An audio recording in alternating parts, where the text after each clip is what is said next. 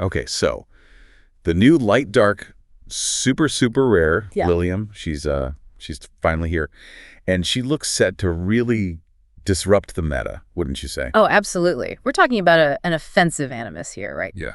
Pure damage focus. Pure damage, yeah, with burst, some execute mechanics, deals more damage when they're low, and serious crowd control. But the thing that jumps out immediately, like right away, is that unique passive. It's tied to her skill 1. Right, the immunity thing. Exactly. Total immunity to all crowd control effects, stuns, freezes, sleeps, you name it. Wow, okay. And get this, also immunity to all turn meter minus effects, so you can't push her back. So characters like Oro, Kraken, Kazuyo, Marwell, Mio, even Claws, their main tricks just bounce off her. Pretty much, yeah.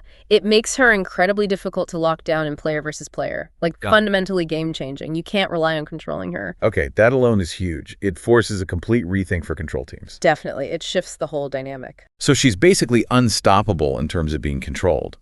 But how does she, actually deal her damage? Let's talk skill 2. Right, skill 2. It's 2 single target hits. And the damage scales up the lower the target's health is, right? That execute mechanic we mentioned. Exactly. Lower health means bigger damage from those hits.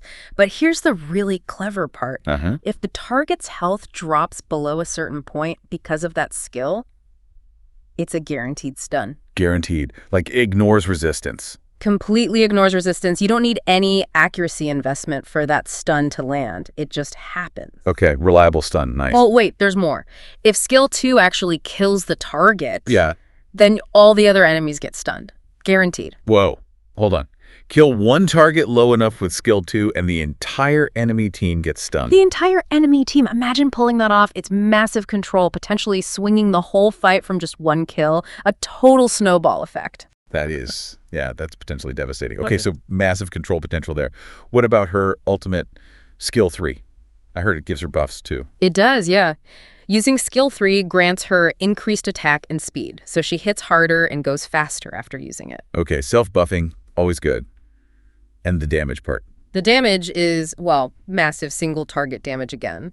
But this time, it actually does more damage if the target's health is high, above a certain threshold. Oh, interesting. So skill 2 is better for finishing, skill 3 is better for opening or hitting healthy targets. Exactly. And crucially, skill 3 ignores shields. Ignores shields. Okay, Fushu users are listening now. They should be. And it also reduces the target's maximum health based on the damage dealt.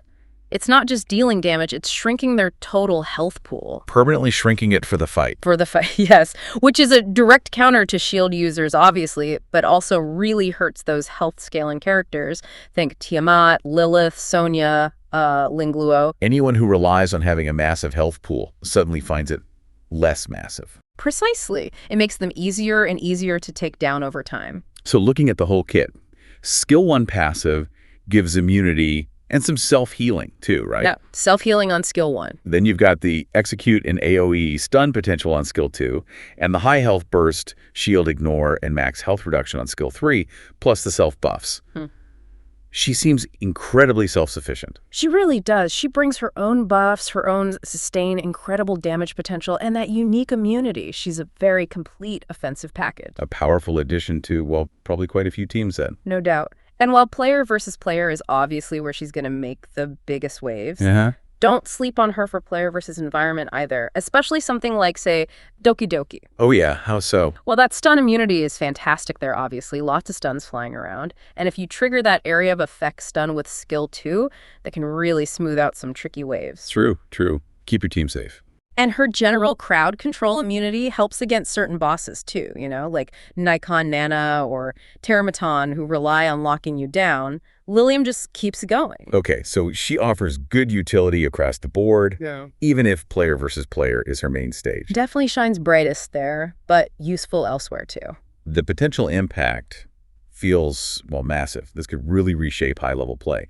But it's worth remembering, light-dark damage dealers like her, they usually need a lot of investment, right? Gear, skill-ups. That's a fair point. Maxing out an LDSSR isn't cheap or fast. And despite her strengths, she could still be vulnerable if she gets focused down before she pops off. Yeah, she's not inherently tanky. Maybe needs pairing with defensive supports. Yeah. Or revivers, perhaps. Could be. Team building around her will be key. You can't just slot her in anywhere and expect miracles, despite how strong she looks. Needs some thought. Right. So it kind of leads to the big question for you listening. Yeah, how is Lilium's kit, especially that complete control immunity and the max health reduction, going to change how you build your teams? And what kind of counter strategies do you think we'll start seeing emerge to deal with her? Because people will try to adapt. Absolutely. It's going to be fascinating to see how the meta evolves around her. Definitely one to watch.